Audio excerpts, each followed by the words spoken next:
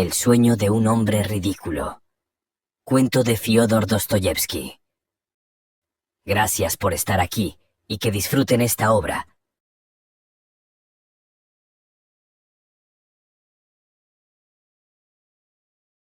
El sueño de un hombre ridículo. Capítulo 1.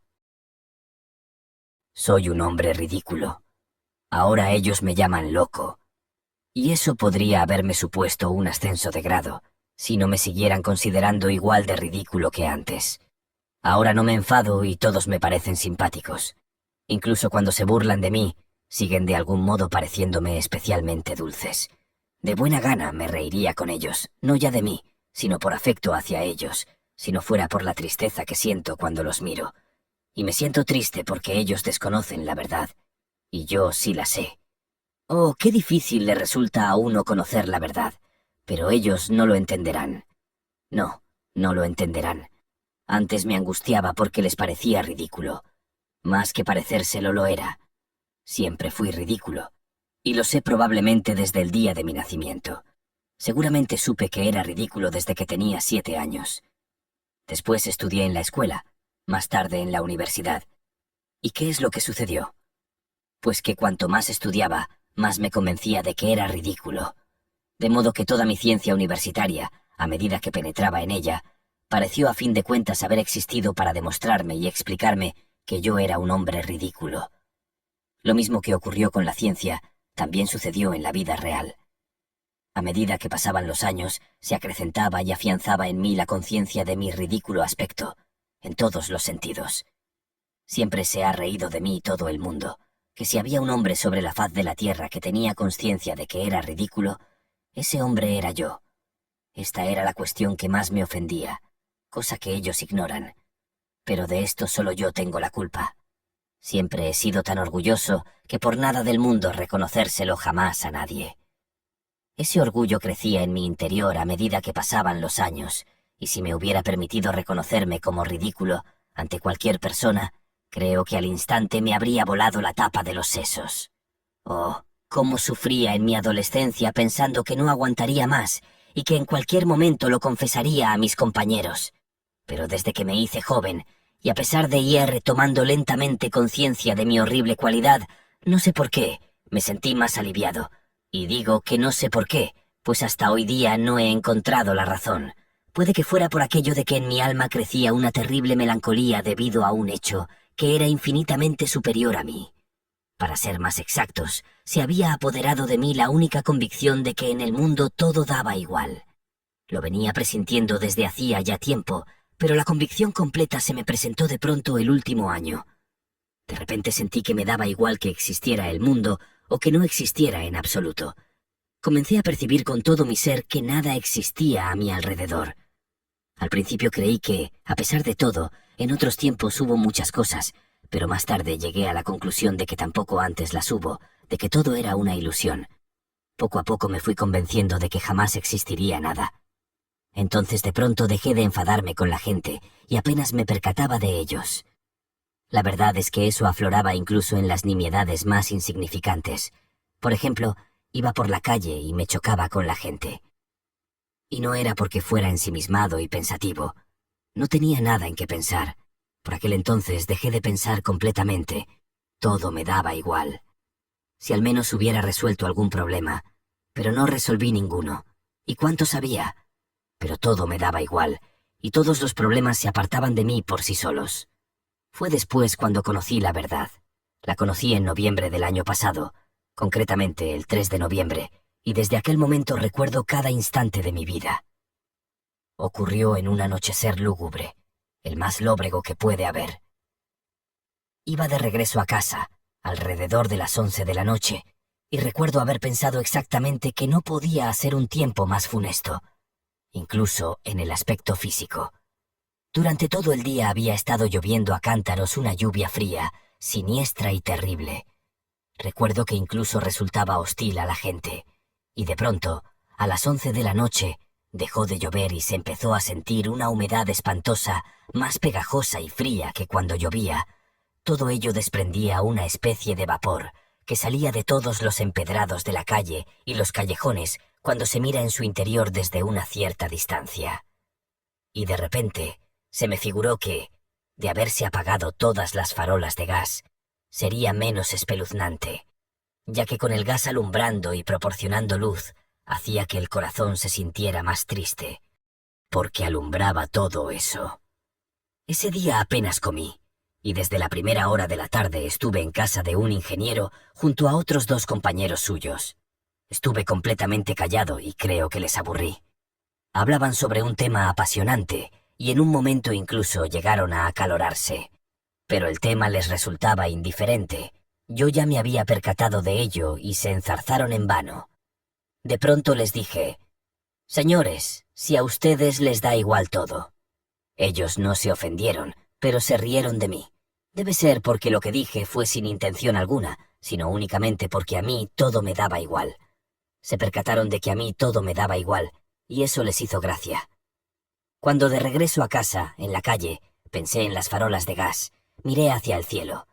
Hacía una noche terriblemente oscura, pero en algunos trozos se podían distinguir con claridad las nubes despedazadas, y entre ellas unas insondables manchas negras. De golpe, en una de esas manchas reparé una estrellita, y la miré fijamente. Sucedió porque la estrellita me había insinuado una idea. Me había propuesto suicidarme aquella noche. Desde hacía 2 meses me rondaba la cabeza aquella idea fija, y a pesar de mi penosa situación económica, me compré un espléndido revólver y lo cargué aquel mismo día.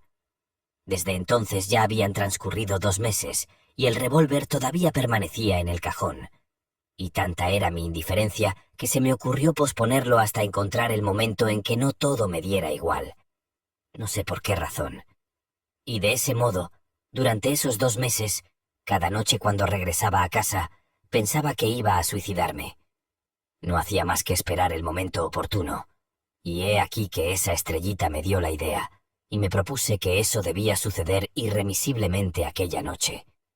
Sin embargo, ignoro la razón por la que la estrella me dio la idea. Y justo cuando estaba mirando al cielo, de repente una niña me agarró por el codo. La calle estaba prácticamente desierta y apenas había transeúntes. A lo lejos, sobre el pescante, dormitaba un cochero. La niña tendría unos 8 años. Llevaba un pañuelo en la cabeza y un vestidito. Estaba completamente empapada, y se me quedaron especialmente grabadas sus botas mojadas y rotas, que aún recuerdo. Me llamaron la atención especialmente. La niña comenzó a tirarme del codo y a llamarme. No lloraba, pronunciaba entrecortadamente algunas palabras, que no lograba articular bien, porque tiritaba y tenía escalofríos y convulsiones. Estaba horrorizada por algo y gritaba desesperadamente: «¡Mamita! ¡Mamita!». Yo giré la cabeza hacia ella y sin decirle palabra continué andando. Pero la niña siguió corriendo detrás de mí, tirándome del brazo. Su voz tenía el tono de desesperación de los niños cuando están muy asustados. Conozco ese tono. Y aunque no llegara a articular y terminar las palabras, comprendí que su madre se estaba muriendo en algún lugar, o que algo por el estilo estaría sucediendo para que la niña saliera corriendo a llamar a alguien o encontrar algo con tal de ayudar a su madre. Pero yo no fui tras ella. Antes, al contrario, de pronto se me pasó por la cabeza la idea de espantarla y echarla. Al principio le dije que buscara al guardia municipal, pero ella juntó las manitas y, sollozando y ahogándose, continuó corriendo a mi lado sin apartarse de mí. Fue entonces cuando di una patada en el suelo y lancé un grito. La niña solo exclamó: «¡Señor, señor!». Pero de repente me dejó, y al momento cruzó la calle. En la otra acera había un transeúnte, y al parecer la niña me había dejado para salir corriendo tras él. Subí al 5.º piso en el que vivo. Vivo en una habitación de alquiler. Es mísera y pequeña, con un ventanuco semicircular de desván. Tengo un sofá cubierto con un hule, una mesa llena de libros, 2 sillas y un sillón, viejo a más no poder, pero eso sí, de estilo volteriano. Me senté, encendí una vela y me puse a meditar. Al lado, en otra habitación, detrás del tabique, continuaba la juerga. Llevaban así ya 3 días. Allí vivía un capitán retirado que tenía invitados unas 6 troneras, que bebían vodka y jugaban a las cartas con unos viejos naipes. La noche anterior hubo pelea, y sé que 2 de ellos se habían tirado de los pelos durante un buen rato. La casera quiso presentar una denuncia, pero le tiene mucho miedo al capitán. Aparte de nosotros, en otra habitación, vive de alquiler una señora muy bajita y delgada, mujer de un militar que había venido a la pensión con 3 niños que enfermaron allí. Tanto ella como los niños temían al capitán hasta más no poder, y se pasaban la noche tiritando y santiguándose. El más pequeño hasta tuvo una especie de ataque por el miedo que le daba el capitán.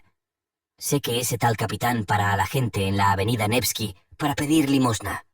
No le admiten para prestar servicio, pero es cosa extraña, y por eso lo cuento, pues durante todo el mes, desde que él se alojó aquí, no me contrarió en absoluto. Desde el principio rehuí cualquier contacto amistoso con él, y además, desde el primer día él mismo se aburrió conmigo, y por más que puedan gritar al otro lado del tabique, y por más gente que pueda haber allí, a mí siempre me resulta indiferente. Permanezco toda la noche sentado, y la verdad es que ni los oigo, hasta tal punto me abstraigo y me olvido de que están allí. No me duerno en toda la noche hasta el amanecer, y así ha transcurrido ya un año. Durante la noche entera estoy sentado en el sillón, delante de la mesa sin hacer nada. Los libros los leo solo durante el día. Permanezco sentado y ni siquiera pienso, sino que dejo que algunas ideas me ronden, y yo las dejo vagar a su libertad. Durante la noche se gasta toda la vela. Me senté despacio junto a la mesa, saqué el revólver y lo puse delante de mí. Cuando lo coloqué, recuerdo que me hice una pregunta a mí mismo. ¿Ha de ser así? Y completamente convencido me dije, así ha de ser. Es decir, me suicidaré.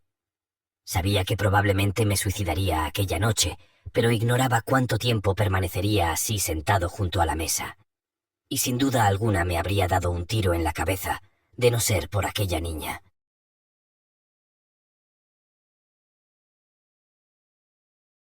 Capítulo 2. Ya lo ven, aunque todo me daba igual, yo por poner un ejemplo, sentía dolor. De haberme dado a alguien un golpe, habría sentido dolor. Y lo mismo sucedía en el sentido moral. Si hubiera ocurrido algo muy penoso, habría sentido la pena de igual modo que entonces, cuando todavía no todo en la vida me resultaba indiferente. Hacía un rato había sentido compasión.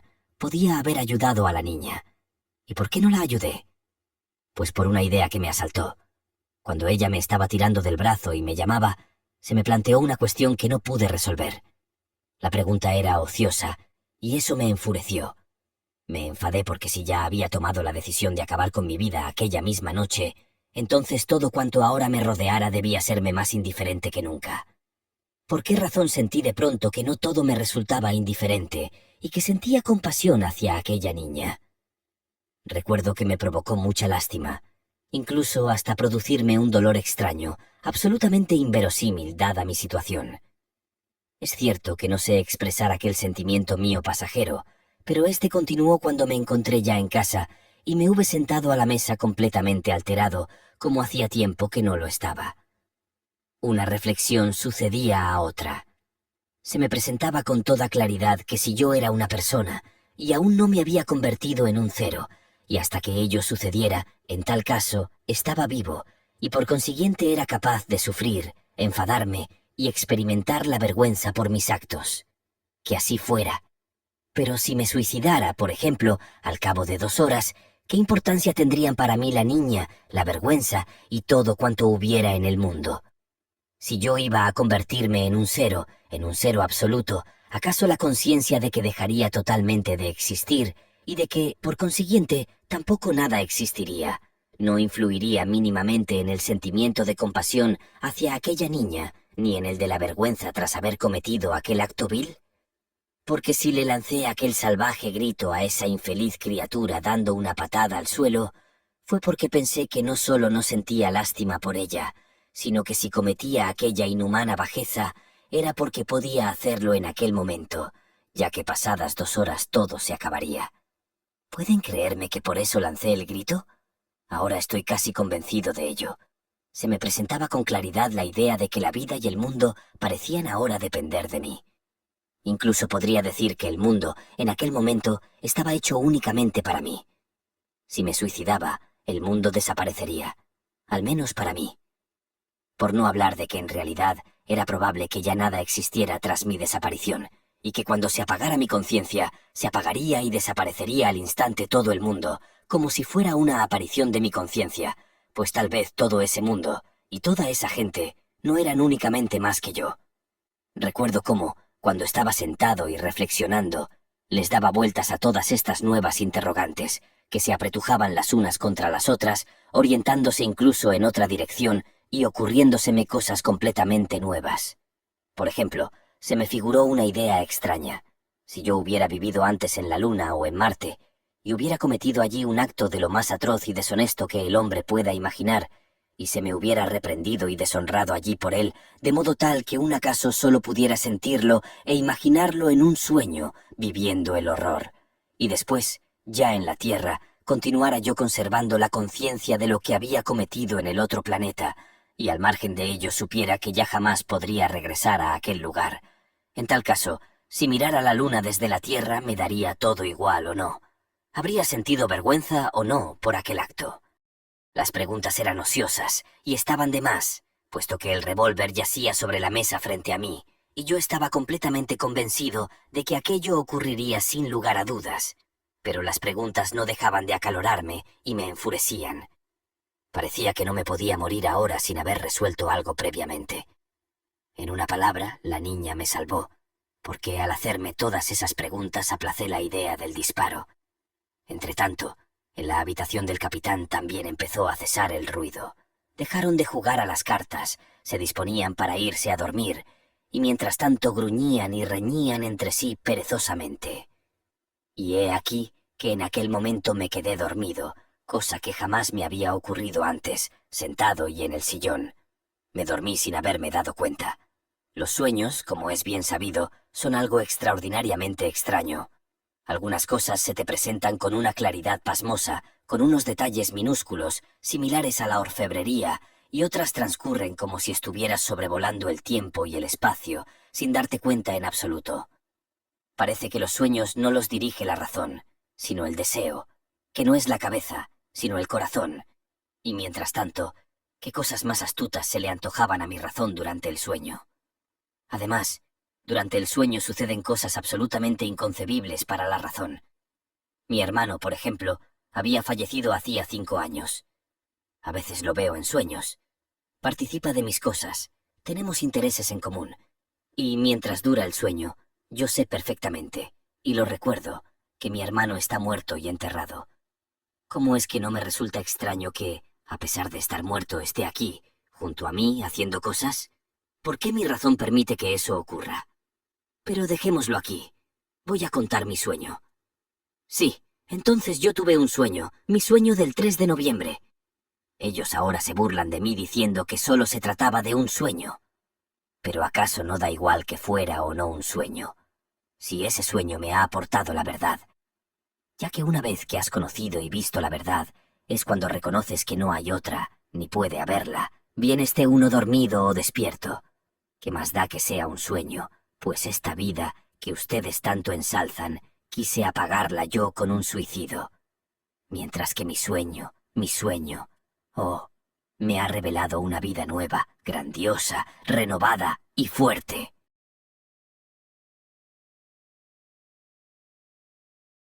Capítulo 3. Ya he dicho que me dormí sin darme cuenta, e incluso continué reflexionando sobre las mismas materias. Y soñé que cogía el revólver, y sentado lo dirigía directamente al corazón, y no a la cabeza, puesto que, cuando me lo propuse, tenía pensado dispararme precisamente en la sien derecha. Lo dirigí hacia el pecho, esperé un par de segundos, y tanto mi vela como la mesa y la pared de enfrente se movieron y se sacudieron de repente. Me disparé lo más aprisa que pude. A veces, cuando uno sueña, cae desde una gran altura, o le están dando un navajazo, o le pegan, pero en ningún momento siente dolor, al margen, claro está, de que realmente se dé un golpe desde la cama hasta despertarse a causa del dolor. Del mismo modo, me sucedió a mí. Yo no sentí dolor, pero se me figuró que con mi disparo todo en mi interior se sacudió. Todo se había apagado y alrededor de mí oscureció terriblemente. Pareció que me había quedado ciego y mudo, y he aquí que permanezco tumbado sobre algo duro, completamente estirado y boca arriba, sin ver nada y sin poder moverme en absoluto. Alrededor de mí va y viene gente gritando, Se oye tronar la voz de un capitán, grita la casera, y de pronto otra pausa, y ya me están llevando metido en un ataúd cerrado. Puedo sentir cómo se mueve el ataúd, pienso en ello, y por primera vez me impresiona la idea de estar muerto, de estar completamente muerto, de saber y no dudarlo. No veo y no me muevo, mientras que siento y pienso. Pero pronto me conformo con ello, y con normalidad, igual que en el sueño, acepto la realidad sin rechistar. Y ya me están enterrando. Todos se van, y me quedo solo, completamente solo. No me muevo. Antes, cuando me figuraba el día de mi entierro, imaginaba siempre que lo único que me relacionaría con la tumba sería la sensación de la humedad y el frío. El mismo frío que sentí también en ese momento, especialmente en la punta de los dedos de los pies. Y nada más. Estaba tumbado, y cosa extraña, ya nada esperaba, aceptando sin discusión alguna que un muerto nada podía esperar. Pero había humedad. No sé cuánto tiempo transcurrió, si una hora, si algunos días o si muchos. Sobre mi ojo izquierdo, que estaba cerrado, cayó una gota de agua que había calado la tapa del ataúd. A continuación de esta, otra, al cabo de un minuto, una tercera, y así sucesivamente, con el intervalo de un minuto. Una profunda indignación prendió de repente en mi corazón, y pude sentir dolor físico en su interior. Es mi herida, pensé, es el tiro. Ahí está depositada la bala. Mientras, la gota no cesaba de caer a cada minuto en mi ojo cerrado. De repente llamé, y no ya con la voz, puesto que estaba inmóvil, sino con todo mi ser, al artífice de todo cuanto me estaba sucediendo. Seas quien fueres, pero si existes y hay algo más racional que cuanto ahora me está sucediendo, en tal caso, permítele que también se persone aquí. Si, por el contrario, te estás vengando de mí por mi irracional suicidio con el horror y el absurdo de una existencia ulterior, has de saber que jamás me perseguirá sufrimiento comparable con el desprecio que sentiré en silencio, aunque mi martirio se prolongue millones de años. Imploré y me quedé callado. Un silencio profundo se prolongó durante casi un minuto, e incluso cayó otra gota más.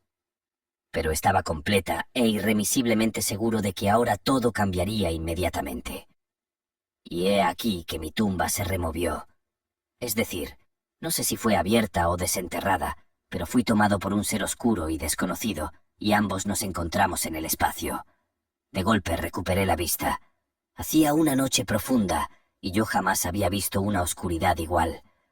Nos trasladábamos por el espacio ya muy alejados de la Tierra. Yo no le hacía ninguna pregunta al que me transportaba. Solo esperaba y estaba orgulloso. Me convencía a mí mismo de que no tenía miedo, y me sentía petrificado al fascinarme con la idea de no tenerlo. No recuerdo cuánto tiempo estuvimos volando, y no me lo imagino.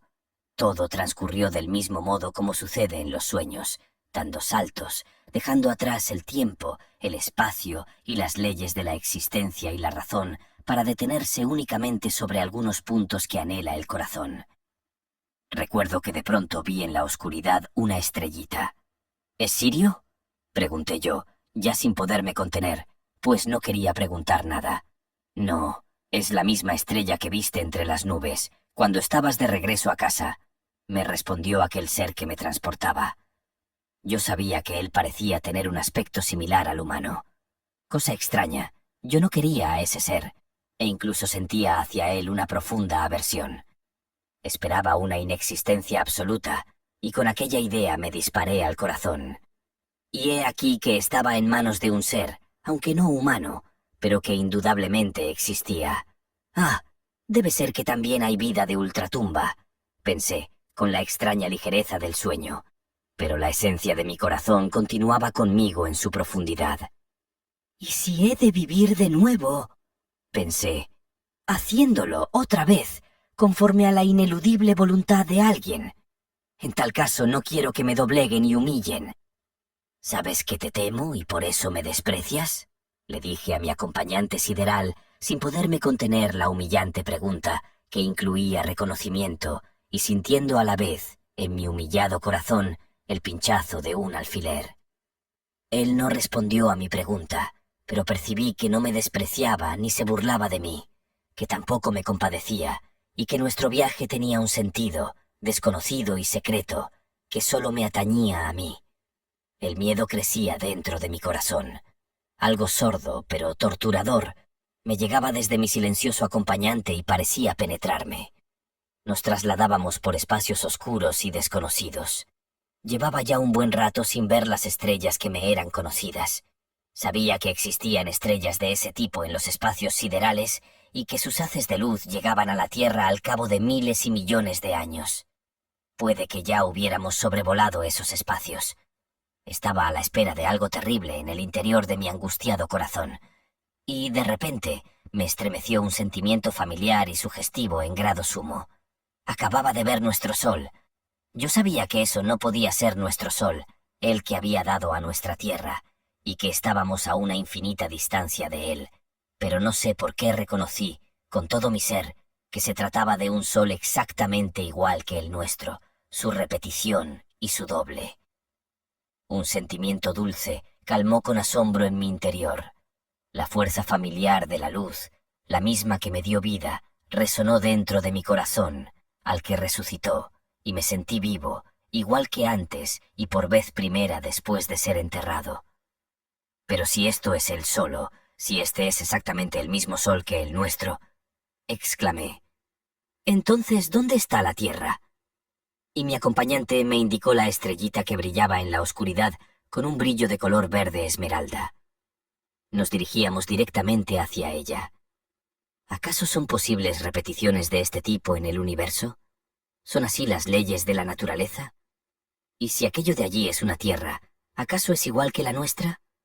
Exactamente igual, infeliz, pobre, pero querida y eternamente amada, que engendra el mismo amor torturador incluso en sus hijos más desagradecidos, contenible y asombroso amor hacia aquella querida tierra de antes que había abandonado.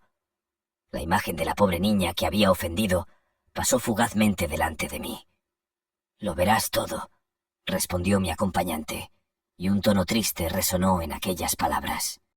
Pero enseguida nos aproximamos al planeta. Este crecía ante mi vista. Podía ya diferenciar el océano, los contornos de Europa, cuando un sentimiento extraño, de enorme y sacro celo, prendió en mi corazón. ¿Cómo es posible una repetición así? ¿Y con qué finalidad? Yo amo, y todavía puedo amar, aquella tierra que abandoné, sobre la que quedó salpicada mi sangre, cuando el desagradecido de mí terminó con su vida de un disparo en el corazón. Pero jamás dejé de amar yo aquella tierra, incluso durante aquella noche en que me despedí de ella. Es posible que la amara de un modo más torturador que nunca. ¿Y en esta nueva tierra existe el sufrimiento? En la nuestra, amar de verdad es solo posible con el sufrimiento y a través de él. No sabemos amar de otro modo y desconocemos otro tipo de amor. Yo necesito el sufrimiento para amar. Deseo, ansío, en este instante, besar y regar de lágrimas solo aquella otra tierra que abandoné. Y no quiero, no me haré a vivir en ninguna otra. Pero mi acompañante ya me había dejado. De pronto, sin darme cuenta, me encontré en esa otra tierra sumergido en un día claro, tan maravilloso como el paraíso, bañado en la luz de sol.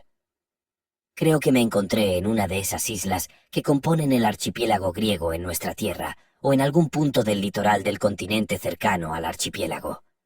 Oh, todo era igual que en nuestra tierra, pero por todas partes parecía irradiar festividad y la consecución finalmente alcanzada de un grandioso y santo triunfo.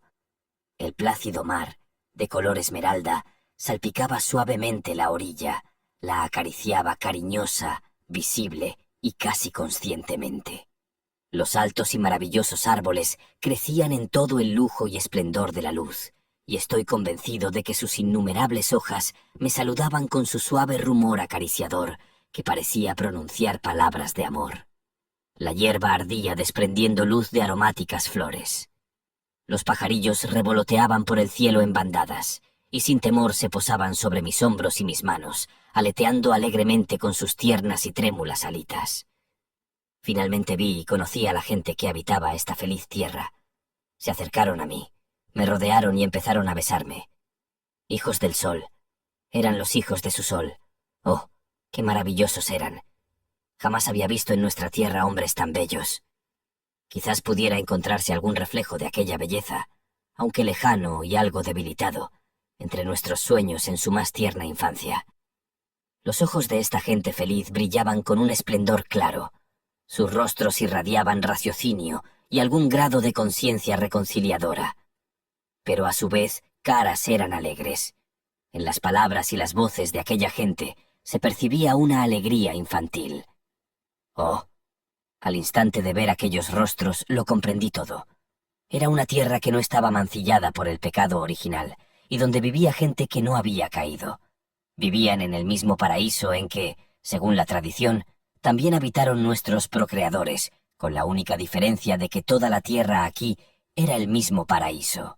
Esas personas, sonriendo alegremente, se acercaban a mí y me acariciaban. Me condujeron consigo, y cada uno de ellos deseaba tranquilizarme.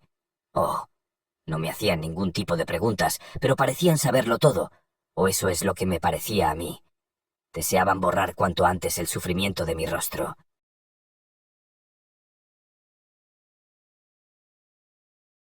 Capítulo 4. Volvemos a lo mismo, pues que ha sido solo un sueño, pero el sentimiento de amor de aquellas inocentes y maravillosas personas se me quedó grabado para siempre, y aún ahora puedo sentir cómo, desde aquel lugar, se derrama amor sobre mi persona. Los vi con mis propios ojos, los conocí y me convencí de que los amaba, y después sufrí por ellos.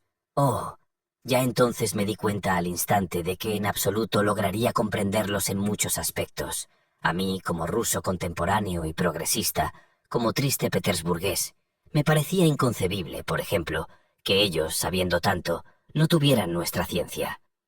Pero enseguida comprendí que sus conocimientos se llenaban y alimentaban de pretensiones distintas de las que nosotros teníamos en la tierra, y que sus aspiraciones también eran completamente diferentes. No deseaban nada y estaban tranquilos, no ansiaban conocer la vida como lo hacemos nosotros, porque su vida había alcanzado toda la plenitud. Sin embargo, sus conocimientos eran más profundos y elevados que los de nuestra ciencia, pues ésta busca explicar la vida, tendiendo a su vez a adquirir conciencia de ella con el fin de enseñar a vivir a otros. Ellos, por el contrario, sabían cómo habían de vivir incluso sin la ciencia, y yo lo entendí, pero no conseguí comprender sus conocimientos. Me mostraban sus árboles, y yo no conseguía comprender el grado de amor con que los contemplaban. Parecía enteramente que hablaban con seres semejantes. ¿Y saben? Probablemente no me equivocaría si dijera que hablaban con ellos. Sí, habían encontrado su idioma y estoy convencido de que los árboles no entendían. Del mismo modo contemplaban toda la naturaleza, a los animales que vivían en armonía con ellos, sin atacarlos y amándolos, subyugados por su amor. Me indicaban las estrellas y me decían algo sobre ellas que no conseguía entender, pero estoy convencido de que, de alguna manera, estaban en contacto con aquellos cuerpos celestes, y ya no solo con la idea, sino de un modo vivo. Oh, aquella gente ni siquiera se esforzaba para que la entendiese, pues me amaban sin necesidad de ello, pero, a pesar de todo, yo sabía que ni siquiera ellos llegarían jamás a entenderme, y por eso apenas les hablaba de nuestra tierra.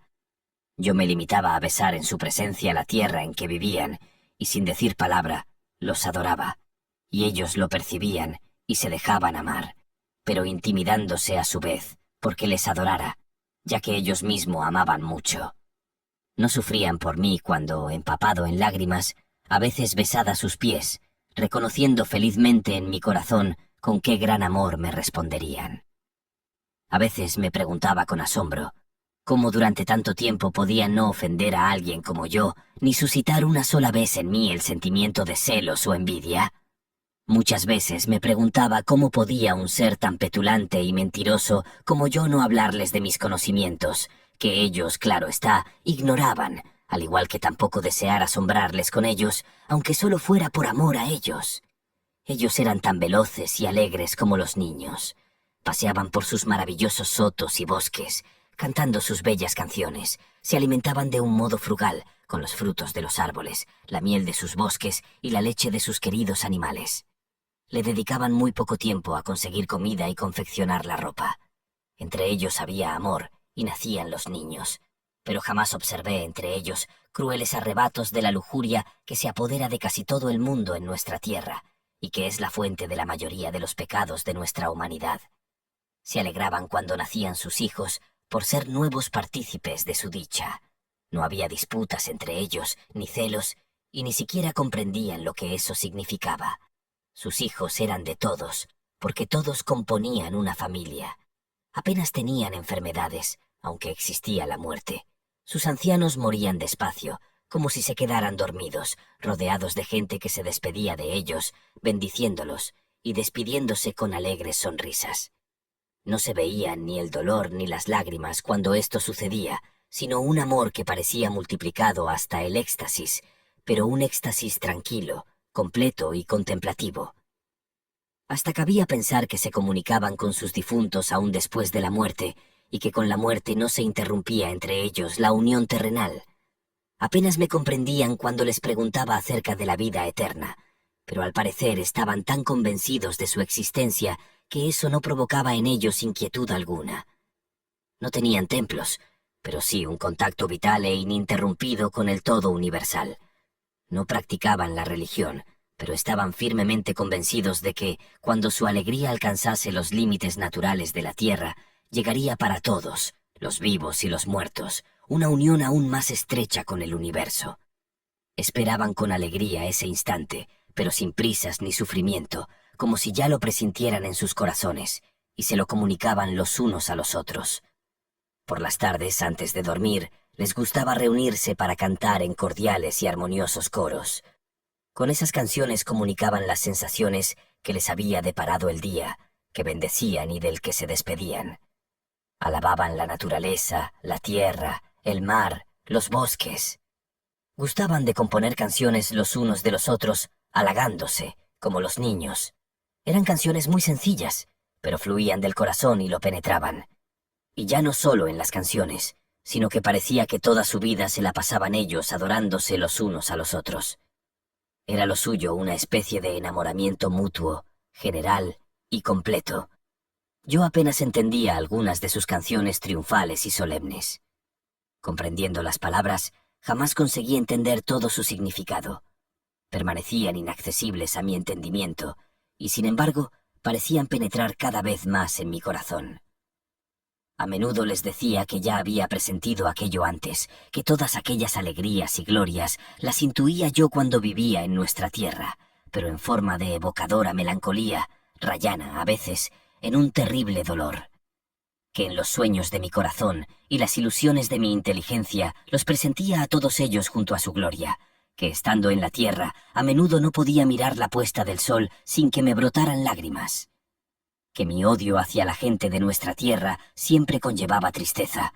¿Por qué no podía odiarlos sin amarlos? ¿Por qué no podía perdonarles? ¿Por qué en mi amor hacia ellos siempre había angustia? ¿Por qué no podía amarlos sin dejar de odiarlos? Ellos me escuchaban, y yo veía que advertían que no podían imaginarse lo que les decía, pero no me arrepentía de decírselo. Sabía que entendían el gran pesar que me producían aquellos a los que abandoné. Sí, cuando me miraban con sus maravillosos ojos repletos de amor, cuando sentía que, en su presencia, también mi corazón se tornaba igual de inocente y veraz que el de ellos, no sentía lástima por no comprenderlos. Al experimentar la totalidad de la vida me quedaba sin aliento, y en silencio rezaba por ellos. Oh, todos se ríen ahora mirándome a los ojos y me intentan persuadir de que durante el sueño es imposible los detalles que yo les transmito ahora, de que en mi sueño había visto o tenido solo una sensación, nacida de mi propio corazón delirante, y de que los detalles los había añadido yo mismo al despertarme. Y cuando les confesé que probablemente así es como sucedió en realidad, Dios mío, qué carcajadas soltaron así en mi cara, y cuánta gracia les hizo aquello. Oh, claro que únicamente yo estaba convencido del sentimiento de aquel sueño y de que tan solo había sobrevivido en mi profundamente herido corazón. Es decir, aquellas que vi durante el tiempo que duró estaban tan henchidas de armonía y hasta tal punto eran fascinantes, maravillosas y verdaderas que al despertarme no tuve fuerzas para encarnarlas en nuestras palabras, de modo que parecieron esfumarse de mi cabeza. Y puede que realmente fuera así. que, inconscientemente, yo mismo me viera obligado después a inventar detalles, desfigurándolos, sobre todo teniendo en cuenta mi apasionado deseo de trasladarlos lo antes posible, aunque solo fueran algunos de ellos. Sin embargo, ¿cómo no voy a creer que todo ello fue realidad? ¿Puede que haya sido 1000 veces mejor, más claro y alegre de lo que yo haya contado? Que sea un sueño, pero aquello no pudo no haber sucedido. ¿Saben una cosa? Les confiaré un secreto. Es posible que todo aquello no haya sido un sueño, puesto que sucedió algo tan terriblemente real que era imposible que se presentara en forma de sueño. Vale que mi sueño fuera engendrado por mi corazón, pero ¿acaso mi corazón, solo, estaba en condiciones de engendrar aquella terrible verdad que me sucedió después? ¿Cómo podía inventarla yo solo? ¿Acaso mi pequeño y caprichoso corazón y mi insignificante inteligencia podían alzarse con semejante revelación de la verdad? Júzguenlo ustedes mismos. Hasta hoy día lo he estado ocultando, pero ahora también declararé esta verdad. La cuestión estriba en que yo los pervertí a todos.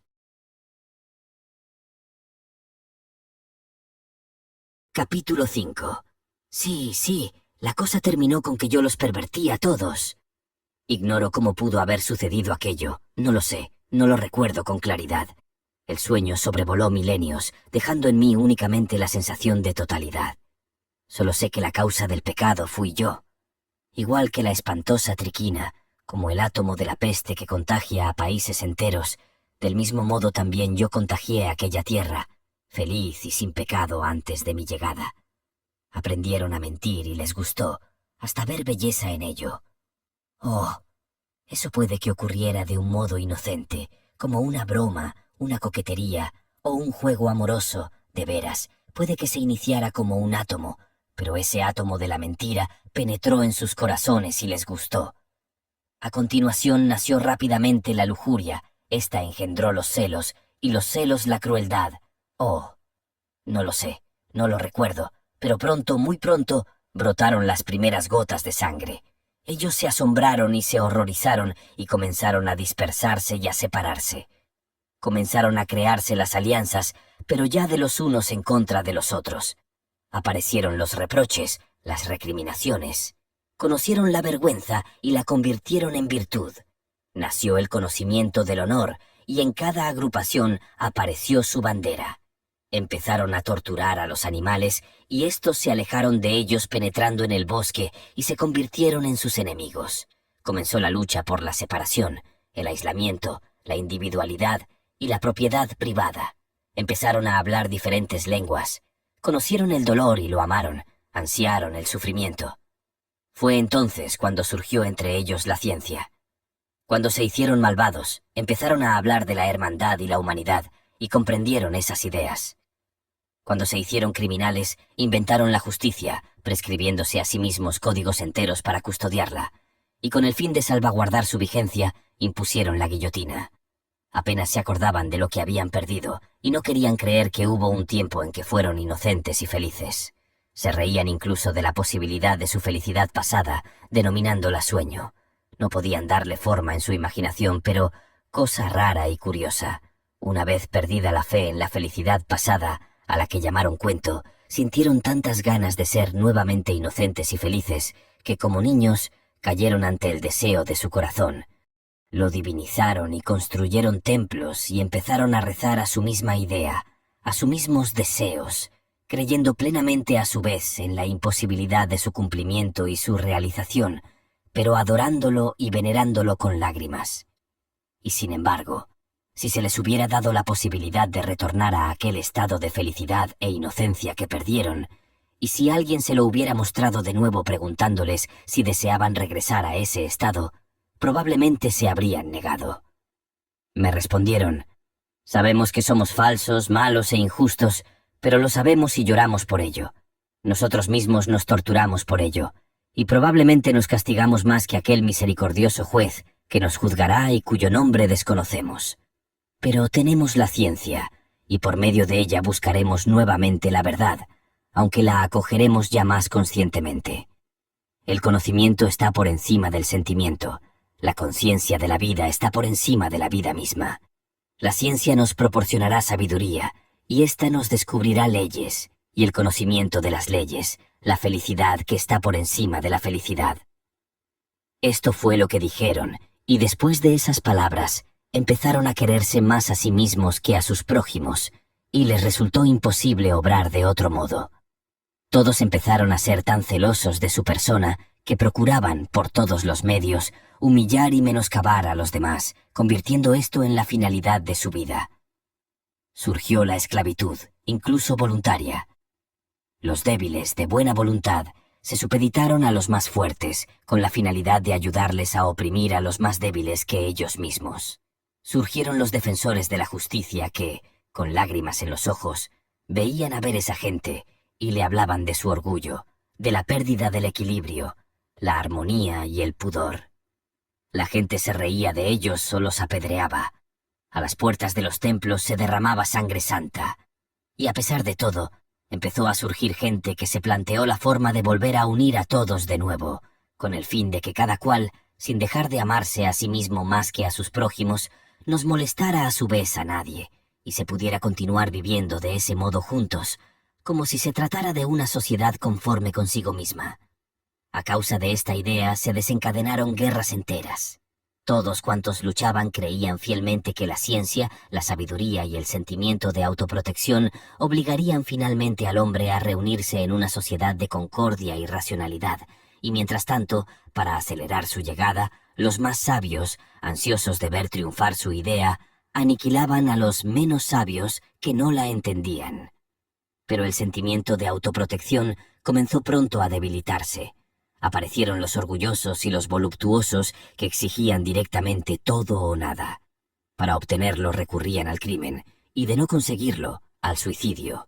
Surgieron religiones de culto al no ser y a la destrucción, con el único placer de la eterna futilidad. Finalmente, esa gente se cansó del absurdo esfuerzo, y en sus rostros se dibujó el sufrimiento, y proclamaron que el sufrimiento era la belleza, ya que únicamente éste tenía sentido.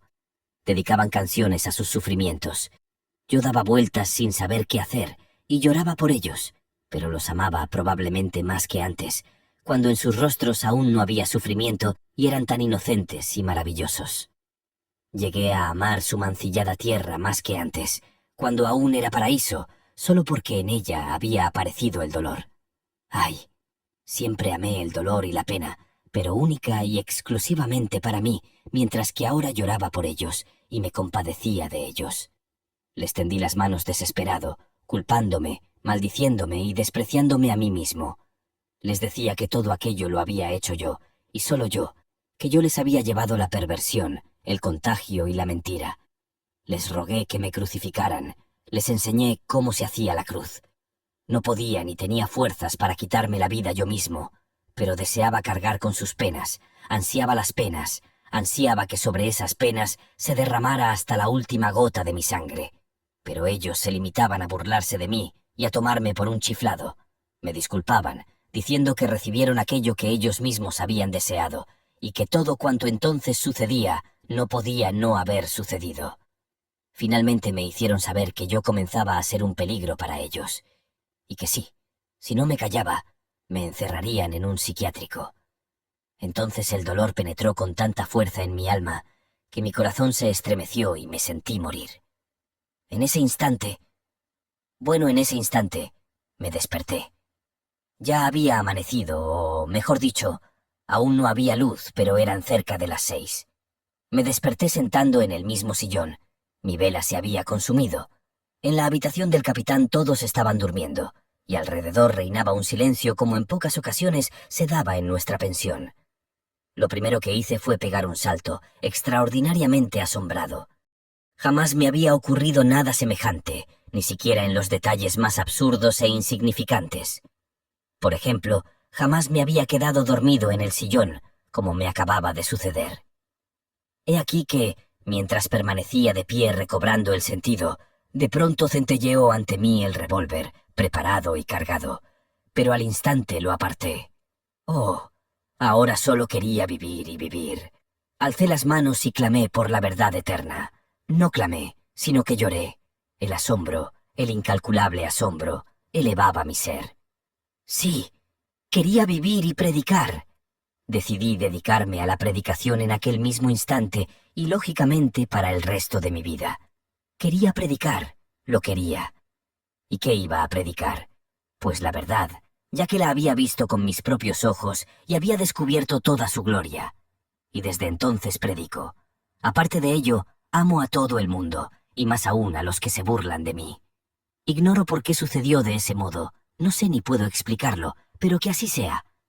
Ellos dicen que ahora me embrollo, es decir, que si ya ahora me embrollo, entonces ¿qué será más adelante? La verdad es inapelable. Me confundo, y más adelante probablemente me confundiré aún más. Y claro que me confundiré hasta que encuentre el modo de más.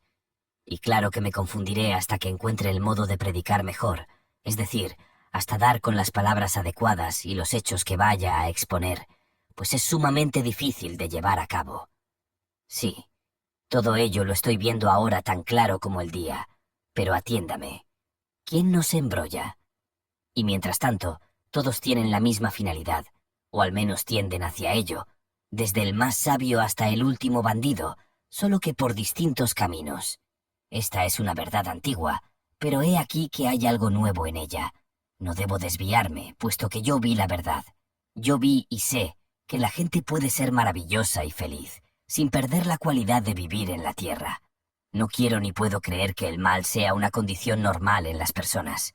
Y sin embargo, ellos no paran de burlarse de esa fe mía. Pero ¿cómo podría no creer? Si yo vi la verdad, y no es que la haya inventado en mi cabeza, sino que la vi. La vi, y su viva imagen llenó mi alma para toda la eternidad. La vi con tanta plenitud e integridad que no puedo admitir que no exista entre los hombres. Además, ¿cómo voy a embrollarme?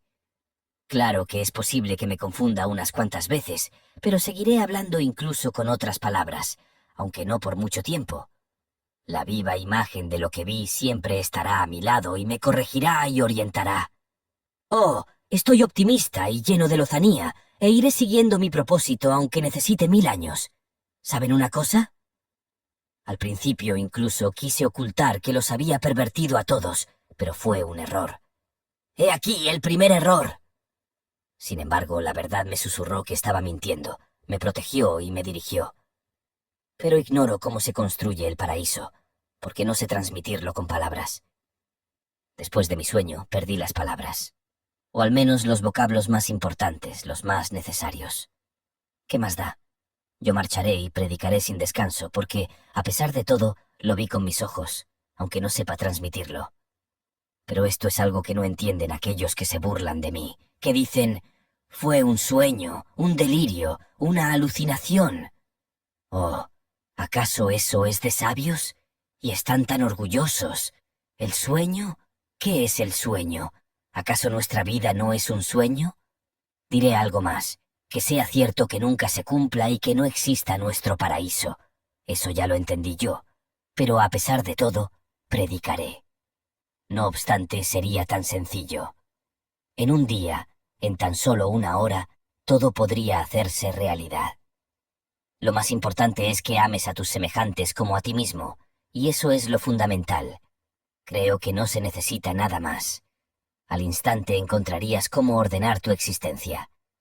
Además, solo se trata de una verdad antiquísima, leída y repetida billones de veces, pero que no terminó de arraigar, porque la conciencia de la vida está por encima de la vida misma.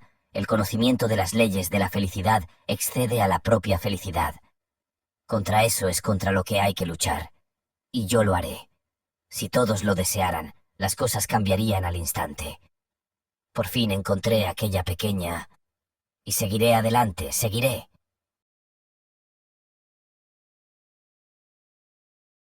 Queridos oyentes, hoy cerramos nuestra lectura del sueño de un hombre ridículo,